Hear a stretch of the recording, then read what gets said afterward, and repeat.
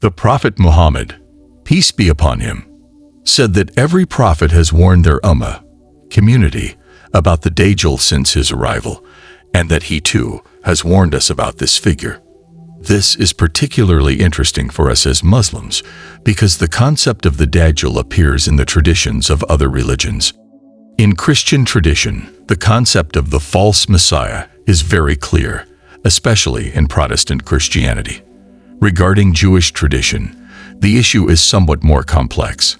I am not an expert, but I have researched this topic. It seems that while the concept of the false Messiah is not explicitly present, some Jewish sects have a similar figure called the false David. According to these traditions, there would be a false King David representing an opposing figure to the true one. This concept of the false David could derive from his centrality as a main figure in Jewish tradition.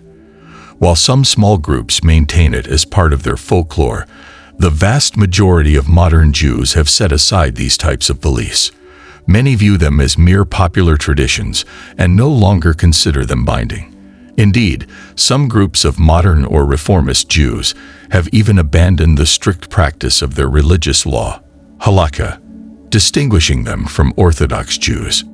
In the context of the United States, there are three main branches of Judaism worth knowing.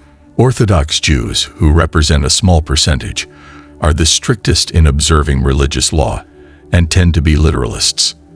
Within this group, there are various subdivisions, such as the Hasidic Jews, who maintain very specific traditions. Then there are conservative Jews, who are somewhat more flexible in their religious practice, while still retaining traditional elements. Finally, Reform Jews constitute the majority. Essentially, they are not obligated to strictly follow religious law and often focus more on Jewish cultural identity and civilization than on formal religious practices. It is interesting to note that the concept of the false David, though present among a very small group of Orthodox Jews, has no relevance for the majority of modern Jews who consider it a myth or an unimportant legend. Returning to the Dajjal, the Prophet Muhammad, peace be upon him, taught us that every prophet warned about this figure. We believe that Prophet Moses, peace be upon him, would also have warned about a similar concept, and that this idea persisted in Jewish traditions before being adapted in various ways. In Christianity, the concept of the Antichrist is well known, especially among Baptists, evangelicals, and Protestants in general. They firmly believe in this figure and associate it with the beast, whose symbol is the number 666. This parallel between the Dajjal and the Antichrist is interesting for us as Muslims because it reflects how other religions have also preserved fragments of the truth transmitted by the prophets. Now, this can be seen in two ways. If you are a secular atheist who does not believe in God, you might say, look, these religions have similar mythologies. The Antichrist, the beast, the number 666, it's all the same. Or you might view it from another angle and say, the fact that two completely different civilizations and faith traditions, with no causal relationship between them, share such similar concepts means there must be a common origin. And that common origin is Allah. The same applies to the story of the Great Flood. It is fascinating to observe how every civilization in the world has a myth about a great flood. For example, Native Americans have accounts of a great flood that occurred long ago.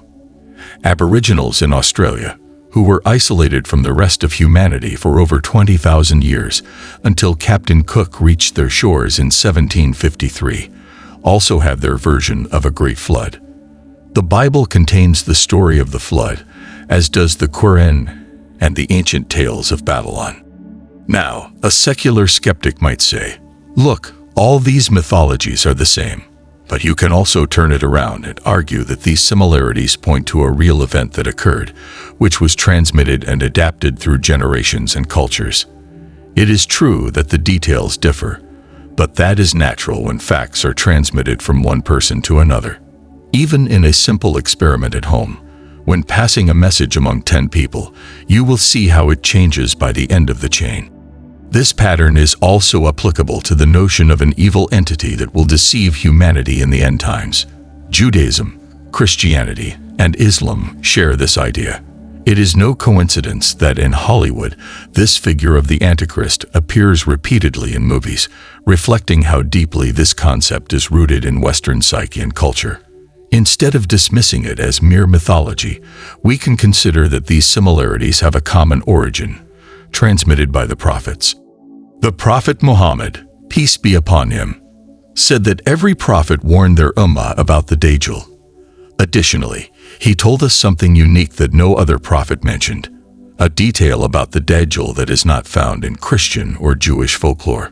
According to the Prophet Muhammad, the Dajjal will be born physically deformed, something not mentioned in Christian or Jewish traditions.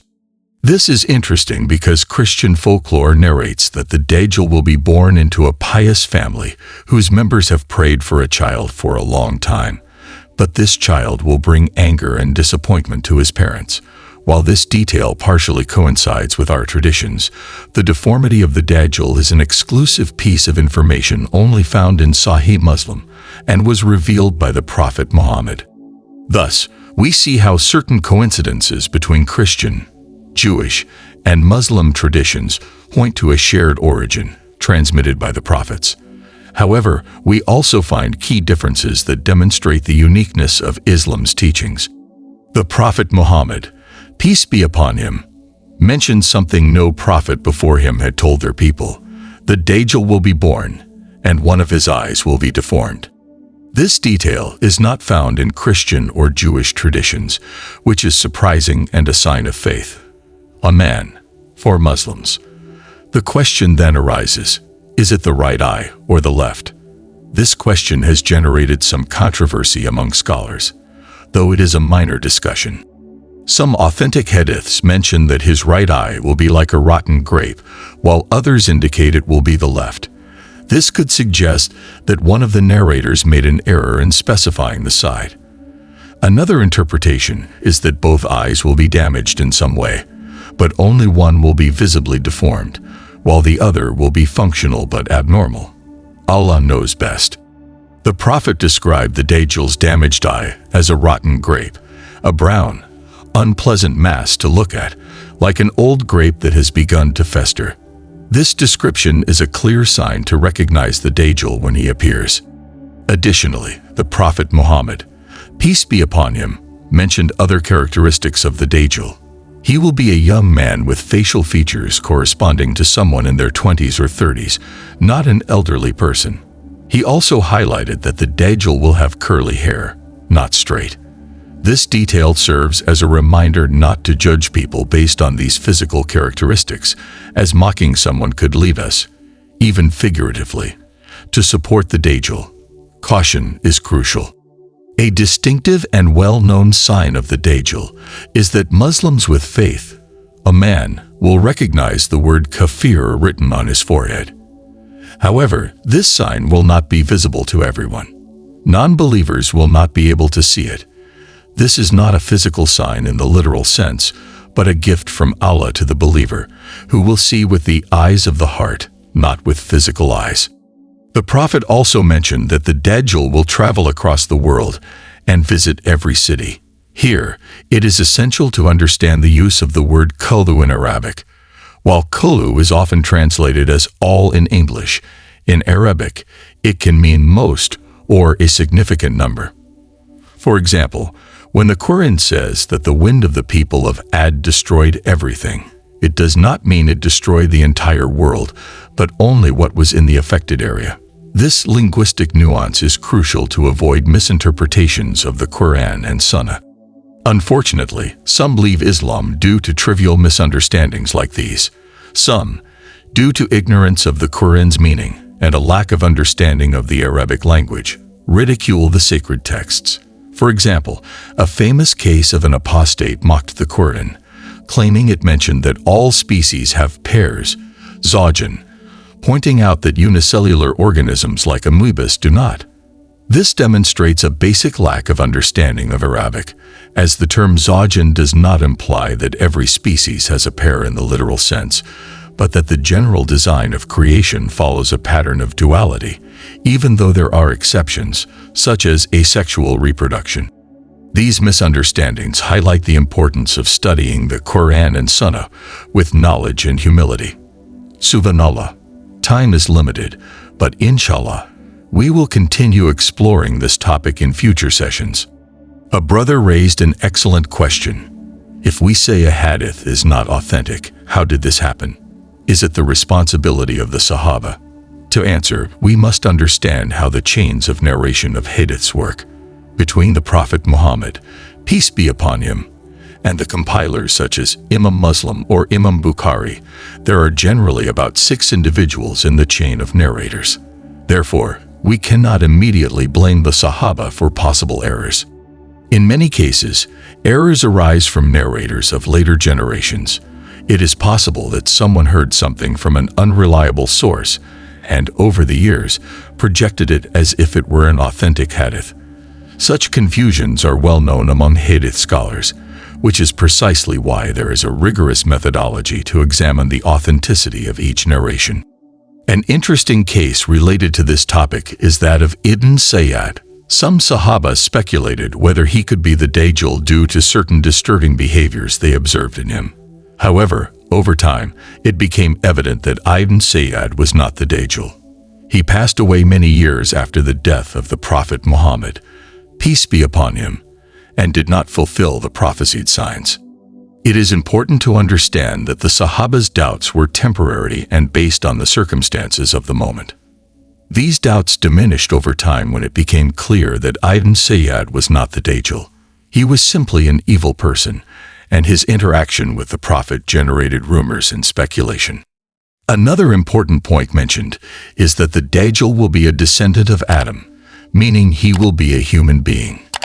We learn from traditions that he will be born and grow up in an apparently normal home. However, there will be an event that triggers his transformation into the Dajjal. This will turn him into someone with special powers, which we will discuss in detail in our next session, inshallah. With this, we conclude today's lecture. Thank you for your patience and attention. May Allah bless you all, inshallah.